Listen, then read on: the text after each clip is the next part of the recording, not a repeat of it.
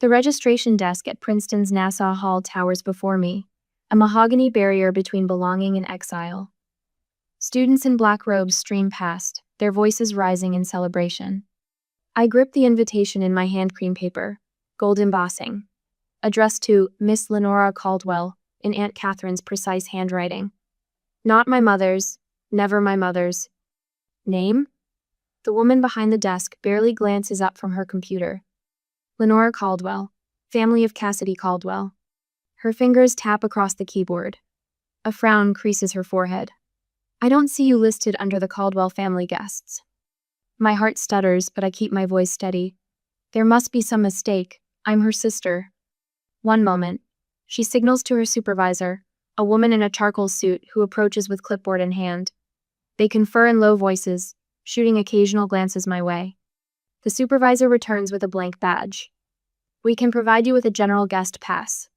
She writes, guest in bold black letters, the marker squeaking against the plastic surface. Through the windows behind them, I catch a glimpse of my family gathering on the lawn. They're unmistakable in their coordinated outfits, mother in pearl gray, father in his traditional charcoal suit, Cassidy's in-laws in varying shades of silver. Each lapel sports the Caldwell family crest pin, a silver shield with interwoven C's. I glance down at my simple black dress, chosen carefully to blend in rather than stand out. No crest pin, no place at the family table. The ceremony begins with a procession of graduates. I find a seat near the back, watching Father stride to the podium for his speech as a distinguished alumni and benefactor. His voice carries across the gathering with practiced authority. Today marks a proud moment for the Caldwell legacy. Our daughter, the singular form cuts like a blade, represents the culmination of our family's dedication to excellence.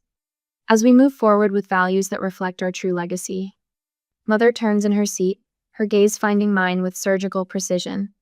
A slight smile plays at the corners of her mouth before she faces forward again. Message received. I am not part of this true legacy. At the reception, I drift between clusters of celebrating families. A catering table catches my eye, specifically the elaborate centerpiece card that reads, "Congratulations to our only daughter, Cassidy." Oh, excuse me. My cousin Madison bumps into me, champagne sloshing in her glass. She blinks, registering my face. Wait, aren't you? Lenora? I thought you were with the catering staff. Her eyes drop to my bare lapel, devoid of the family crest. Simple mistake. I smile, the expression well practiced. Behind her, I catch sight of the professional photographer documenting every moment of the family's perfect day. My phone weighs heavy in my clutch. I slip it out, capturing my own quiet evidence, the only daughter card. The family photos where they've positioned themselves in a tight circle, no space left for others. The weight of grandmother Elisa's vintage watch presses against my wrist, its gentle ticking a reminder of different promises, different plans. The Rockport house should stay in the family, Lenora, she'd said, her green eye so like my own bright with purpose. I've made arrangements. You'll understand when the time comes. The time never came. Or perhaps it did, and they erased that too. A burst of laughter draws my attention. Near the gift table, Father speaks with one of the board members, their voices carrying just enough for me to catch fragments. Selling the Rockport property. Substantial seed money for Cassidy's startup. Finally putting that old place to good use. The watch ticks against my wrist, marking the moment when understanding crystallizes. They aren't just erasing me from the present. They're systematically dismantling every connection to my past, every promise of my future. Through the reception hall's windows, the setting sun paints Princeton's spires in shades of amber and shadow. I remain still, letting the familiar sensation of invisibility settle around my shoulders. But this time, it feels different. This time, I'm not just watching. I'm documenting. My phone fills with quiet evidence. The graduation program listing only one Caldwell daughter. The family photos deliberately arranged to leave no space for intrusion.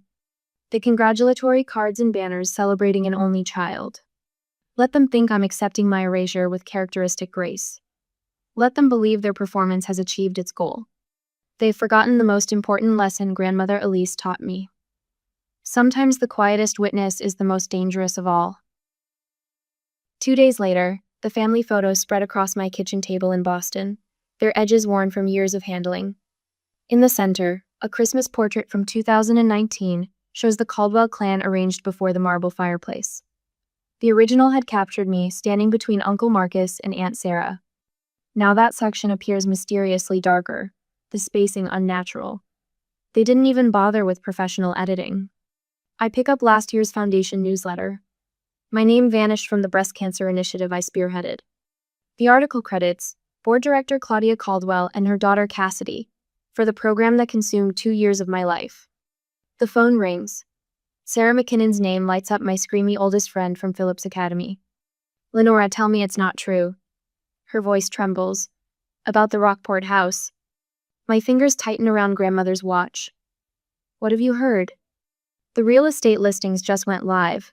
Your parents are selling it to fund Cassidy's tech startup." A pause. "I thought, wasn't that supposed to be yours?" "Your grandmother always said." "Thank you for telling me." I keep my voice steady, though my hand shakes as I end the call. My laptop holds the answer. The same laptop I used during my years at the Caldwell Family Foundation before they quietly suggested I pursue other opportunities. They never revoked my system access. Sloppy. Just like the photo editing.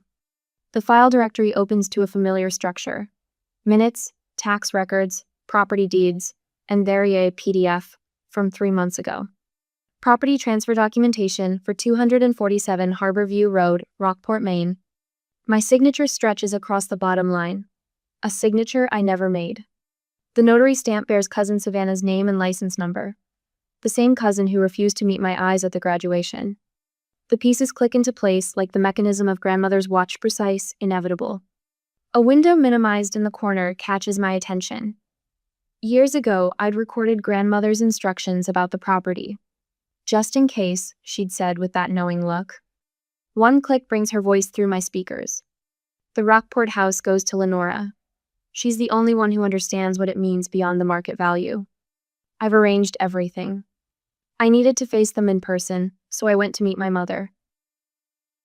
Later that night, Mother's townhouse looms before me, red brick and federal architecture screaming old Boston money. The brass knocker lands with more force than intended. She opens the door in pearls, and a cardigan that probably costs more than my monthly rent. "Lenora." Her lips barely move. "This is unexpected. We need to talk about Rockport." The sitting room still smells of lemon furniture polish and old money. Mother perches on her favorite Queen Anne chair, ankles crossed. "If you're here about the sale, it's already in motion." I place the property transfer document on the coffee table. That's not my signature. "Don't be dramatic," she lifts her chin. "This isn't about you, Lenora. You just didn't fit the image we needed to present." The image. The word tastes bitter. Like editing me out of photos? Erasing my foundation work? "We cleaned up certain inconsistencies after your grandmother passed." She examines her manicure. "It's all legal now. There's nothing you can do." I just slam the door and return to my home. After a few dials, I was ready to meet the lawyer the next morning and went to sleep. The next morning, I found Thomas Harrington's law office moved to a smaller building in Cambridge, but his bow tie remains perfectly knotted. Retirement hasn't softened the sharp intelligence in his eyes. "I wondered when you'd come." He pulls a thick folder from his bottom drawer. "Your grandmother knew they'd try something like this. She made me keep copies of everything." The documents spread before us: property deeds, trust agreements, witness statements of intent. "All legally executed," he says, "all properly filed." His weathered hand covers mine. "Elise would want you to fight this, Lenora. She knew you would need to." We prepared for the fight in advance, and I went back to my home after everything was said and done. Back home, grandmother's watch ticks steadily against my wrist, a family heirloom that somehow escaped the purge. The brushed gold case feels heavier than usual. Something catches in the hinge. The case opens to reveal a hidden compartment. Inside, a folded paper holds grandmother's distinctive handwriting. "My dearest Lenora, if you're reading this, they've done exactly what I feared. But I left you more than just my watch. Safe deposit box 247 at First Maritime Bank, Rockport branch." The key is taped inside Great Expectations on the third shelf of the library. "They may try to erase you, but they can't erase the truth. All my love, Grandmother Elise." My fingers trace her signature. "They didn't just erase me," I whisper to the empty room. They erased her wishes, too. 2 days later, Jennifer Abrams' law office overlooks Boston Harbor, the water reflecting morning light across her polished desk. She studies the stack of documents I've assembled, her reading glasses perched low on her nose. Each paper represents a piece of my systematic erasure and my mounting resistance. Your documentation is meticulous. She taps a financial statement showing transfers from the Caldwell Family Trust. Most clients come to me with feelings. You came with evidence. The morning sun warms my grandmother's watch against my wrist. I learned from the best corporate lawyers money could buy. I just never thought I'd use those skills against my own family. Jennifer sorts the papers into precise piles. Forged documents, bank transfers, foundation records. Each stack grows like the years of deception they represent. My former colleagues from the Caldwell Foundation provided statements about my gradual removal from meetings, projects, historical records. The paper trail spans back to the week after Grandmother Elise's funeral. The original will from 2013. Jennifer holds up a document bearing my grandmother's firm signature. Your father's attorney claimed it was lost. Funny how retiring partners keep backup copies. A muscle twitches in my jaw. I force it to relax. Thomas Harrington knew something wasn't right. He kept everything. Speaking of everything, Jennifer slides a small brass key across her desk. The bank confirmed your grandmother's safe deposit box is still active. You're listed as a joint owner, something your family apparently overlooked. The key feels warm in my palm. My throat tightens, but I keep my voice steady. When can we access it? The bank opens at 9. At 11 that same morning, the safe deposit vault smells of metal and old paper. The book slides out with a whisper of steel on steel. Inside, I find grandmother's leather journal, its pages filled with her elegant script. My hands shake as I read her growing concerns about the family's plans, her determination to protect my inheritance. But it's the USB drive that stops my breath. Jennifer plugs it into her laptop, and grandmother's face fills the screen. She sits in her library at Rockport, sunlight streaming through the windows behind her. My dearest Lenora, her voice strong and clear. If you're watching this, they've done exactly what I feared, but you're stronger than their schemes. The truth doesn't shout it indoors. I press my fingertips against the cool surface of my watch, its steady ticking anchoring me as the video plays. Grandmother details her wishes, the legal arrangements, her hopes for the Foundation's ethical future. Each word builds the case we'll need. Back in Jennifer's office that day, I finally allow myself a moment. One tear slides down my cheek. I brush it away, straightening my spine. The question isn't if we'll win. Jennifer's voice holds quiet conviction. It's how we'll win. We could go public, media loves a family scandal. Or we could handle this through civil court. Clean, contained, strategic.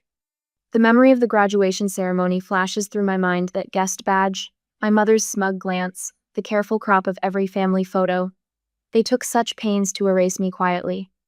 Let's use the same approach to restore what's mine. We spend weeks building the case. Every forged signature documented. Every manipulated record preserved. The timeline emerges with brutal clarity, their systematic campaign to erase my existence from family history, property records, foundation archives.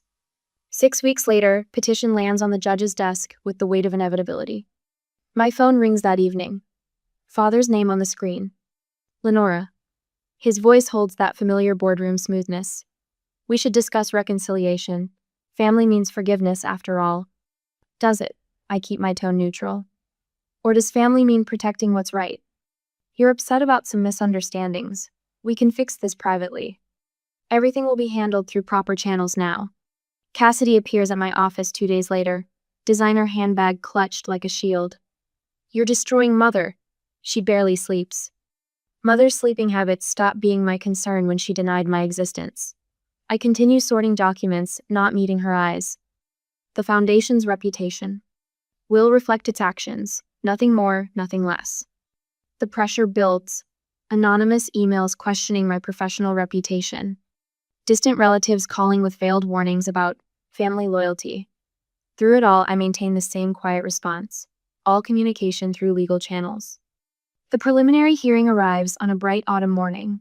I sit beside Jennifer in the small courtroom, watching my family file in with their battalion of attorneys. Mother's pearl strand gleams at her throat. Father adjusts his gold cufflinks. Their confidence falters as Jennifer begins presenting our evidence. The judge peers over his reading glasses, studying the documentation. His questions cut through the family's practiced explanations. Each piece of evidence lands with precision: the forged signatures, the altered records, the video testimony. The court finds sufficient cause to proceed with a full hearing. The judge's gavel punctuates his words. And given the evidence of financial impropriety, I'm ordering an immediate freeze on all contested assets pending resolution. Mother's face goes rigid. She catches my eye as we leave the courtroom, her voice a controlled hiss.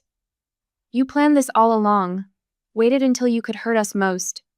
I meet her gaze, feeling the weight of my grandmother's watch against my wrist. Its steady ticking measures out my response. No, Mother. I waited until I could win. A week later, the mahogany doors of courtroom 312 whisper shut behind me. No cameras, no press, just the weight of truth about to shatter a family's carefully constructed facade. My heels click against the polished floor as I make my way to the plaintiff's table, where Jennifer Abrams arranges our evidence in precise stacks. Across the aisle, Mother and Father command their space like royalty holding court. Mother's pearl gray suit probably costs more than my monthly rent. Father adjusts his Windsor knot, the same nervous tell I remember from childhood fundraisers. Behind them, a phalanx of attorneys in $1,000 suits spread across two tables, legal pads and tablets at the ready.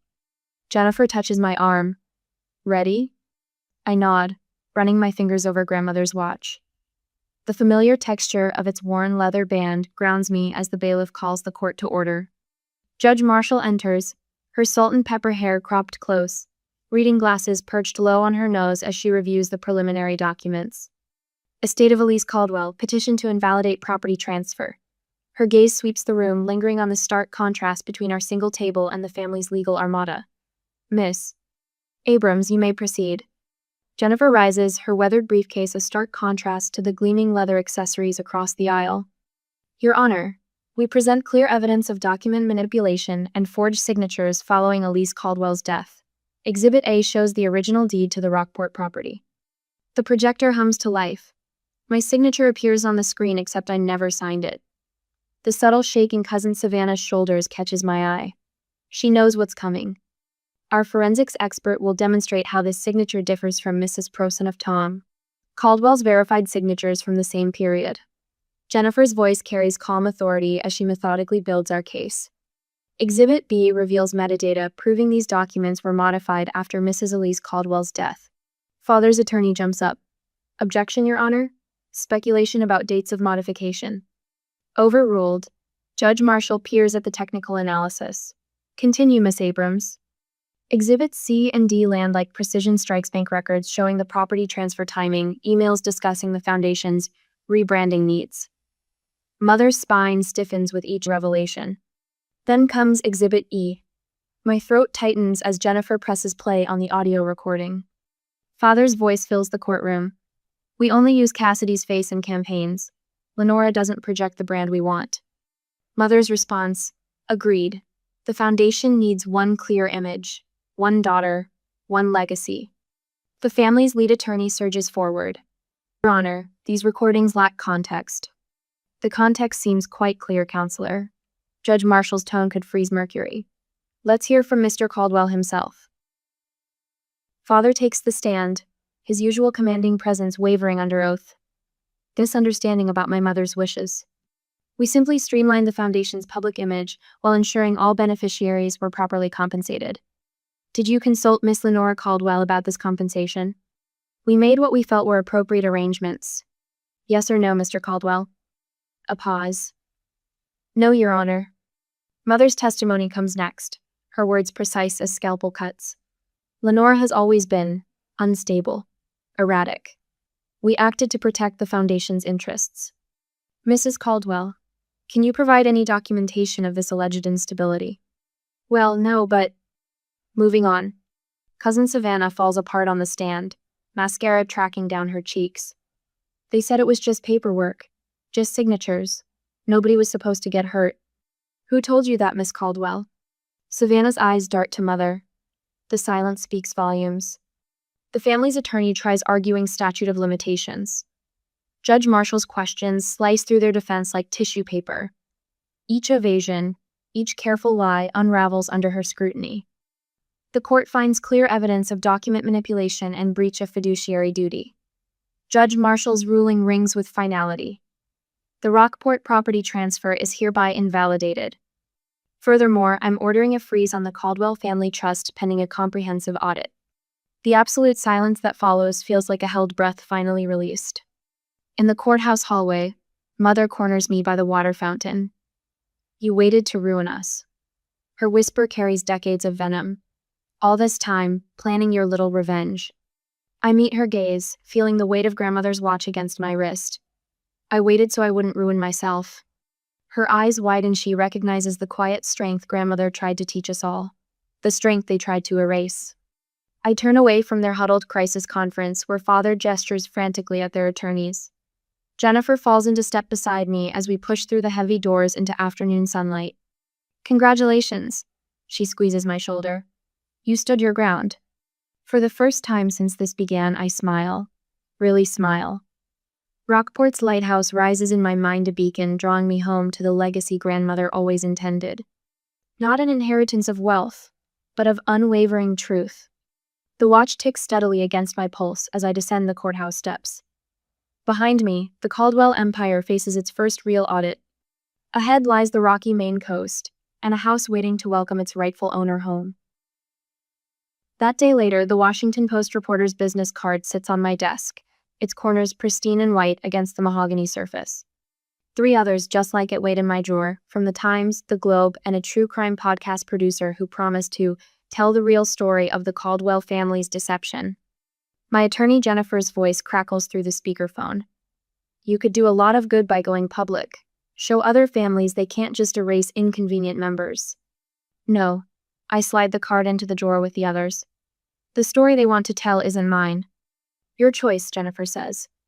"But you should know your father's people have been calling. They're relieved you're not dragging the family name through the press." "Let them be relieved." The autumn breeze through my office window carries the scent of turning leaves. I didn't do this for headlines. The next day, the Rockport house key weighs heavy in my pocket as I drive up the coast. Trees flame scarlet and gold against a pewter sky, and the air tastes of salt when I step out of my car. The property stretches before me-weathered gray shingles, white trim, wide windows staring out at the Atlantic like patient eyes. My hand trembles, inserting the key. The lock turns with a solid click that echoes through 30 years of memories. Inside, the air hangs stale and cold. Moving boxes crowd the entryway, hastily packed with grandmother Elise's belongings. They'd planned to dispose of her treasures along with my claim to them. My fingers brush a cardboard flap. "Donation" scrawled across it in my mother's angular handwriting. The first box reveals grandmother's leather-bound poetry volumes. The second holds her collection of lighthouse paintings. In the third, I find her journals, their pages thick with her looping script. A slim book slides from between them, her favorite, Jane Eyre. A folded paper slips from its pages. "My dearest Lenora, if you're reading this, they've tried to write you out of our story. But you were always meant to be the keeper of this house and its heart. The others see only walls and wealth to wield. You see what I built this place to be: lighthouse for lost souls, a haven for truth-tellers. Stand your ground, my quiet warrior. All my love. Grandmother Elise." The letter joins her watch on my wrist, twin talismans of promises kept. My phone buzzes. Father's name glows on the screen. "The Foundation's quarterly meeting is next week," he says, without preamble. "Your presence would demonstrate family unity. The donors are unsettled by recent events. I'm not available for performance art. This continued hostility serves no one." His sigh carries decades of practiced disappointment. "We're prepared to discuss terms for your return to the family fold." There are no terms. Through the study window, waves crash against the shoreline. "I'm not interested in playing happy families for the donors. Your mother suggested lunch." His voice shifts, businessman negotiating a deal. "She feels you might be more comfortable meeting Cassidy first, discussing how to move forward." Forward. The word tastes bitter. Like when you moved forward with erasing me from the graduation, or when you moved forward with selling property that wasn't yours to sell. Silence stretches between us. The past can't be changed, Lenora, but we can control the narrative going forward. No, Father, you can't control my narrative anymore. I end the call and send the email to Jennifer briefly. Please inform the Caldwell family that all future communication should go through your office. I'm establishing clear boundaries, not seeking reconciliation. The donation of 20% of the Rockport property proceeds to the Ethics and Family Foundation's initiative will proceed as planned. Best. Lenora. The sun sets as I unpack grandmother's paintings. Each lighthouse finds its place on walls that have waited for their return. The Caldwell family crest above the mantel comes down last, replaced by her favorite piece, Portland headlight, standing proud against a storm, its beam cutting through darkness. In the kitchen, I find her recipe box. Simple index cards filled with instructions for clam chowder, blueberry cobbler, Sunday roast. The back of each card bears notes in her handwriting. Margaret loves this with extra time. Thomas takes seconds when I add more pepper.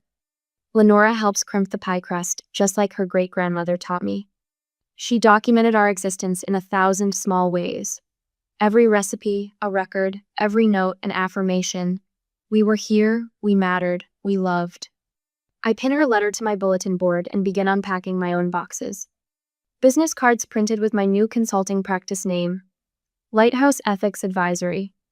Brochures outlining my services helping family foundations maintain transparency and accountability. A framed article from the nonprofit quarterly highlighting my work with intergenerational wealth transfers. My phone buzzes again. A text from Cassidy. I know I'm probably the last person you want to hear from, but I've been thinking about what you said in court. About how power doesn't have to mean pretense. Could we talk? Just us. The waves keep rolling in as I consider her words. Out on the water, a boat's running lights blink steady and sure, finding its way home through the dark. I think of grandmother's lighthouse paintings, beacons that guide without controlling the journey. My reply is simple. Coffee next week. Neutral ground. No parents, no performance. In my new office once grandmother's study, I open her journal to a blank page. My first entry in a new chapter. The house remembers who it was meant to shelter. Tonight, I begin the work of helping it remember how to light the way home. I will heal completely, and my family will start respecting me. 6 months later, the morning light streams through the windows of Rockport House, catching dust motes that dance above stacks of leather-bound books. I run my fingers along the spines, arranging the volumes exactly as grandmother Elise preferred them. Philosophy on the top shelf, history below, her treasured first editions of Jane Austen at eye level. The grandfather clock in the hall strikes 9, its deep resonance echoing through rooms that now breathe with life again. Fresh flower-spinked peonies, grandmother's favorite, brighten the reading nook. My consulting firm's latest report on ethical governance in family foundations sits open on her old mahogany desk, post-it notes marking sections that would have made her smile. The vintage watch on my wrist catches the sunlight. I no longer hide it under long sleeves. No longer flinch when someone asks about its history. My grandmother's, I say now, letting the words ring with quiet pride. A knock at the door startles me from my routine. The postal carrier hands me a cream-colored envelope, handwriting I haven't seen in months. Cassidy's. My fingers trace the return address, a small apartment in Cambridge, not our parents' Beacon Hill townhouse. Inside, a single sheet of paper holds just 3 sentences. You were right. I'm sorry it took this to see it. Can we talk? The words blur before me. I sit in grandmother's old wing chair, letting memories of the graduation ceremony surface. Cassidy's determined ignorance of my presence. Her practiced smile as photographers captured the perfect family moment. But the handwriting trembles at the edges. No family crest on the envelope. No formal letterhead. Just words that cost her everything to write. I reach for my phone, type and delete responses for 20 minutes before settling on. Coffee at Lighthouse Cafe, Tuesday at 2. Just us. That Tuesday, the cafe sits halfway between Boston and Rockport. Neutral territory with enough ambient noise to soften silences. Cassidy arrives 5 minutes early, wearing jeans and a simple sweater. No designer logos, no family pin. Her fingers worry the hem of her sleeve. The foundation's imploding, she says after her first sip of coffee. Dad fired 3 board members for questioning investment practices. Mom's rewriting the mission statement again, something about preserving traditional legacy through selective excellence. Her laugh holds no humor. I kept hearing your voice in every meeting. What about the actual impact? Who are we really serving? I let the silence stretch, watching her shoulders curve inward, so different from her usual camera-ready posture. I found the original grant proposals, she continues. The ones you wrote before they scrubbed your name. The domestic violence shelter we abandoned, it's closing next month. The scholarship program for first-generation college students, replaced with country club networking events. She swallows hard. They told me you left because you couldn't handle the pressure, that you were jealous of my natural leadership abilities. And now? Now I understand why you waited. Why you built your case so carefully. You weren't trying to destroy them. You were trying to save what mattered. Outside, autumn rain patters against windows. A barista calls out drink orders. Life continues its ordinary rhythm while tectonic plates shift beneath the surface of our shared history. I can't offer forgiveness on behalf of anyone else, I say finally. And I'm not interested in family reunions or holiday performances. I know. Cassidy's hands clench around her coffee cup. I'm not asking for that. I need to know how to live with truth once you've seen it. How to stop being their ventriloquist dummy without becoming bitter. I think of the educational foundation I've established in grandmother's name. 3 law students already receiving scholarships focused on elder advocacy and ethical estate planning. A symposium series on transforming family philanthropy. Small steps, building something new from the ashes of what burned. Start by choosing one truth to live, I tell her. Just one, the rest will follow. She nods, understanding the gift of simplified clarity. We talk for another hour about neutral things, books we've read, places we might travel. No mentions of parents or performance reviews or perfect family photos. When we leave, our hug holds neither promise nor rejection, just recognition. Back at Rockport, I host a small gathering for the Foundation's first scholarship recipients. Their eyes shine with plans for justice, for change, for better ways of wielding influence.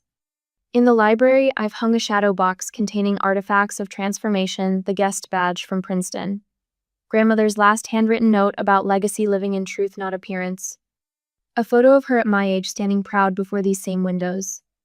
The sun sets over the water, painting the horizon in shades of possibility.